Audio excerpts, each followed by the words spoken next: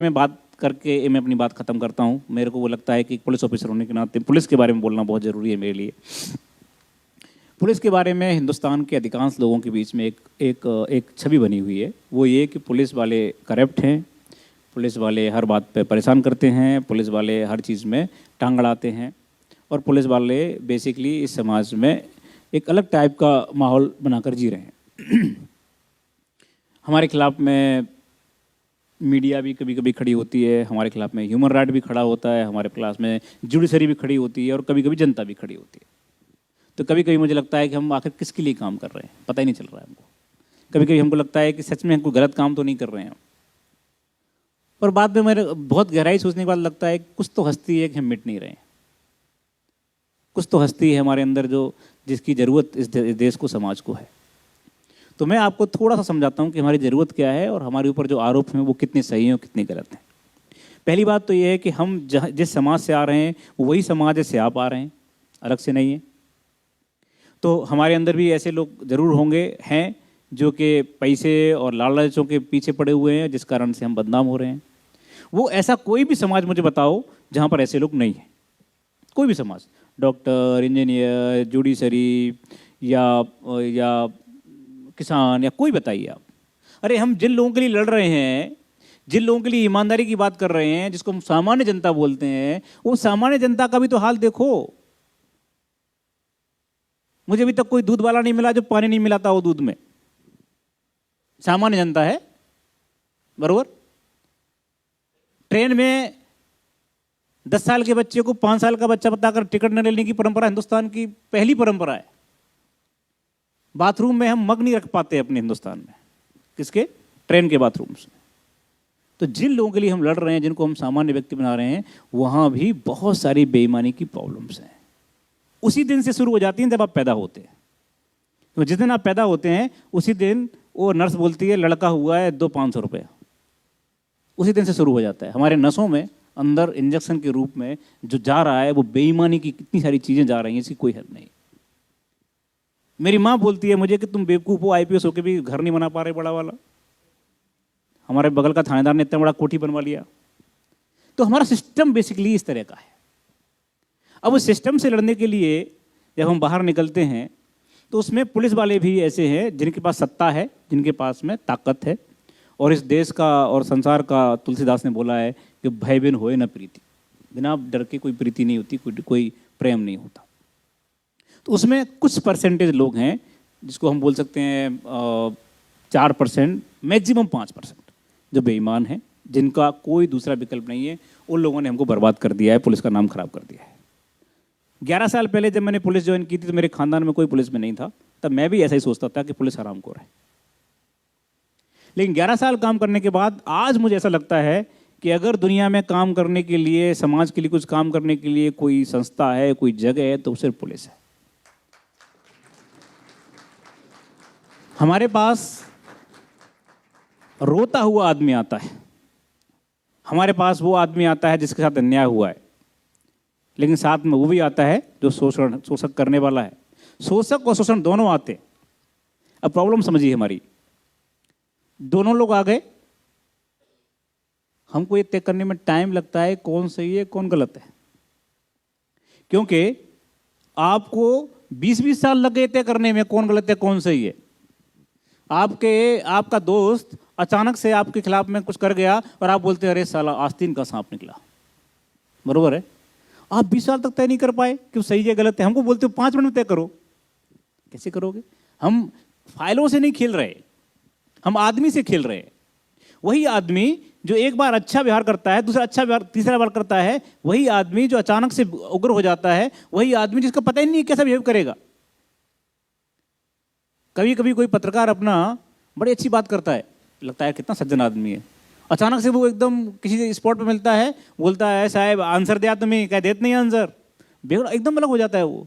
तो वो हम आदमियों से खेल रहे हैं और आदमियों से खेलना इतना आसान नहीं है। आदमियों की इमोशंस अलग अलग है, इसलिए हम ये तय नहीं कर सकते। 5 मिनट के अंदर हमको बोला जाता है बच्ची का रेप हो गया है, 1-2 घंटे के अंदर अगर आरोपी नहीं पकड़ा गया तो हम थाना जला देंगे। अरे बाबा कैसे जला दोगे तुम थाना? क्या कोई हमारे पास मशीन है क्या? 2 ही आंखें हैं हमारे पास, 2 ही हाथ हैं हमारे पास, हमको तो टाइम दीजिए आप। बोले एक्सीडेंट हो गया, हम गाड़ी जला देते हैं। समाज में जो पुलिस के ऊपर प्रेशर है, वो प्रेशर मैंने जिंदगी में कभी भी किसी भी जगह किसी पर नहीं देखा। इतना प्रेशर है काम करने का और रिजल्ट देने का। काम करना अलग बात है, रिजल्ट देना अलग है। एक आदमी 10 से 5 बजे तक ऑफिस में बैठता है और वो 10 से 5 बैठ करके फाइलें स्क्रूटनी करते हुए साइन करता है, वो गलती कैसे करेगा अगर वो ईमानदार है तो। लेकिन हम तो गलती करने के लिए ही पैदा हुए, हमारी गलती रोज होती है हमसे। हमने एक को बोला चलिए भाई आप यहाँ पे खड़ा मत कीजिए गाड़ी, आप आगे खड़ा कीजिए। बोलेगा तुम्हें कौन? हम बोलेंगे उसे कि मैं या ठिकाणी मध्ये शिपाई आहे, माझ्या बक्कल नंबर ऐसा ऐसा है आणि माझं नाम ऐसा ऐसा है, तुम्ही गाड़ी जरा प्लीज जरा आगे करा। कौन मानणार हमची बाप सांगा? कोई नहीं मानता। वो क्या बोलेगा, अरे रुकना यार थोड़ी देर में हटा रहा हूँ गाड़ी। इसलिए क्या बोलना पड़ता है, गाड़ी अड़ा। तो ये आवाज का अंतर है। अब बोलेंगे आप बोलेंगे साहब पुलिस को बोलने का तमीज नहीं है। पुलिस बोलती है, ऐसे बोलती है पुलिस, देखिए हम पढ़े लिखे हैं। अरे बाबा क्या करें हम, हमारा पाला ही रोज ऐसे लोगों से पड़ रहा है। हम पे एक और आरोप है कि आप थाने में आए हुए जो आदमी एप्लीकेशन दे रहा है उसी से क्वेश्चन पूछते हैं, बरोबर है ना? वो क्या करें, थाने में देने वाला रिपोर्ट में से 20 में से 2 केस ऐसे आते हैं जिसमें वही आरोपी मर्डर करने वाला निकलता है। हमारी जिंदगी का आधार क्या है, हमारी ट्रेनिंग का आधार क्या है? शक। अगर शक नहीं होगा, अगर शक से बात नहीं करेंगे हम, तो हम कुछ नहीं पकड़ पाएंगे। कैसे, कभी तुमने सोचा है कि वो फलाना, वो बोलता है कि फलाने प्लेटफॉर्म पर 4 केजी RDX सापड़ला। कैसे सापड़ला? वो कर्मचारी जा जाकर शक करता है, क्या है इसमें, बता ये इसमें क्या है, तो कह रहा है।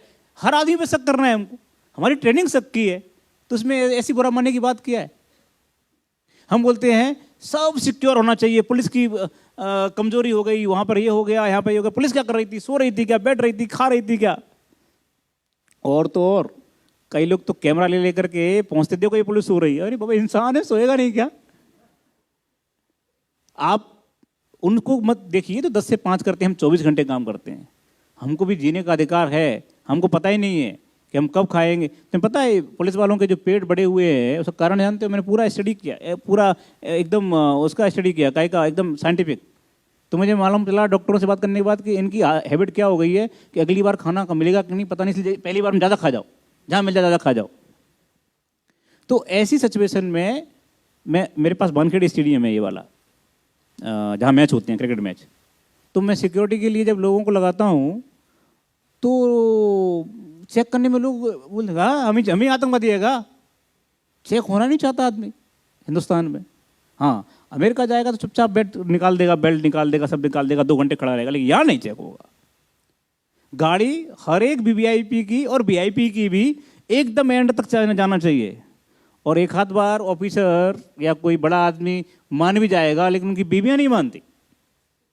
गाड़ी एकदम एंड तक जाना चाहिए। वो कौन, आप सिक्योरिटी की बात कर रहे हैं तो हमको करने दीजिए ना काम अपना। जिसको रोकेंगे वो बोलेगा मला माहित, तुम्हारा माहित नहीं कौन है हमें। जिसको बोलेंगे बोलता है तुमचा, अच्छा नंबर सांग तुमचा, बिल्ला सांग, तुम्हारा सस्पेंड कर दो। अरे क्या समाज है? समाज में अगर आप सम्मान देंगे पुलिस को तो सम्मान पुलिस भी देगी आपको। जब आप ही सम्मान नहीं दे रहे, हर एक आदमी बोलता है मैं एडवोकेट हूँ, हर आदमी बोलता है मैं ये हूँ, मैं वो हूँ, तो इस चक्कर में क्या हो रहा है, समाज में पुलिस की जो लैंग्वेज है वो रफ हो रही है, खराब हो रही है। दूसरी बात जो करप्शन की बात है, मैं आपको यकीन के साथ कहता हूँ, आंकड़ों के साथ कहता हूँ, पुलिस से ज़्यादा करप्शन दूसरे डिपार्टमेंट्स में है। लेकिन हमारा क्यों बाहर है, क्यों आपके सामने पहुँच रहा है? क्योंकि हम वर्दी पहने हुए हैं, हमारे पास नाम लिखा हुआ है। ये मैं अगर यहाँ से वहाँ तक जाते समय किसी से 500 रुपये लूँगा तो 50 लोग देख कर बोलेंगे ये साहब गए थे, ये मनोज कुमार शर्मा थे। लेकिन कोई सिविलियन जाएगा तो पता ही नहीं चलेगा कौन गया, कहाँ से गया, कैसे गया। दूसरी बात, दूसरे डिपार्टमेंट्स को सरकार पैसा देती है, जाओ फलाने गांव में 20 कुआं खोदो फ्री में, बरोबर? तो वो 10 कुआं खोदेगा, 10 का पैसा खा जाएगा, तो 10 का जिसका खुद गया है वो अच्छा बोलने वाला है ना। 10 को तो पता ही नहीं है कि मेरे लिए भी आया था। हमारे साथ दिक्कत क्या है कि हम जो पैसे डिमांड कर रहे हैं वो चलते हुए रोड वाले कर रहे हैं, तेरा चालान करते हैं, तेरा ये करते हैं, इसलिए हम लोग बदनाम ज़्यादा है, देखते ज़्यादा है। लेकिन हकीकत ऐसी नहीं है। हकीकत ऐसी है कि महाराष्ट्र में कम से कम 80 से 85% पुलिस वाले दिन रात काम करते हैं, हर समय काम करते हैं, मेहनत से काम करते हैं, और इसीलिए आप देखिए बड़ी बड़ी समस्याओं को सुलझाते हैं। हमारी समस्या ये है, मैं आज आपके सामने रखता हूँ इस बात को, कि हमारी समस्या ये है कि जब तक मुद्दा बड़ा है तब तक तो मीडिया पूरा ध्यान देती है, जब मुद्दा छोटा हो गया तो मीडिया उसको ये नहीं दिखाती कि ये सॉल्व भी हो गया है। मैं बताता हूँ आपको, छोटा सा उदाहरण देता हूँ। अहमदनगर में एक बहुत बड़ा कांड हुआ, दलित कम्युनिटी के साथ में आंदोलन, कुछ बच्चों को मार दिया गया था 1-2 साल पहले, 1-1.5 साल पहले। क्या जगह का नाम था, मैं भूल गया, हाँ कुछ तो भी था। अब उसमें बहुत रोज बहस चलती थी, रोज बहस, पुलिस पर पुलिस पर पुलिस पर, ऐसा लगता था कि अब क्या कर रहे हैं, आंदोलन ये सब। 2 महीने बाद ये तय हुआ कि घर वालों ने ही मारा है। बरोबर है ना? अभी कुछ दिन पुरानी बहुत महाराष्ट्र में बहुत चला था रोज आंदोलन। उसके बाद मीडिया चुप हो गई, बोली नहीं, एक सेंटेंस नहीं बोली। क्या करें हम? अरे बाबा कुछ तो बोलो, 2 महीने तक हमारी जान खाई है, एक दिन तो बोलो कम से कम। तो द प्रॉब्लम क्या है कि हमारा समाज नकारात्मक चीज़ों को लेने के लिए तैयार है, टीआरपी नहीं बढ़ती, कुछ दिक्कतें हैं, और इसीलिए जो अभी हमारा देश इस जिस जगह खड़ा हुआ है वहाँ से अब देखो आगे बढ़ने का एकदम टेक ऑफ की पोजीशन में है। अब देखिए मीडिया सकारात्मक चीज़ों की तरफ जा रही है, अब जाना शुरू कर दिया लोगों ने। अब मेरे पास लोग आते हैं, सर कुछ पॉजिटिव स्टोरी दीजिए। इसका मतलब ये है कि हम धीरे धीरे बढ़ रहे हैं। जो संक्रमण काल था देश के निर्माण का, उस संक्रमण काल से थोड़े हम अब पॉजिटिव दिशा में जा रहे हैं, और मुझे ऐसा लगता है जो पॉजिटिव दिशा है उसमें पुलिस की जो भूमिका है वो भी डिफाइन हो रही है।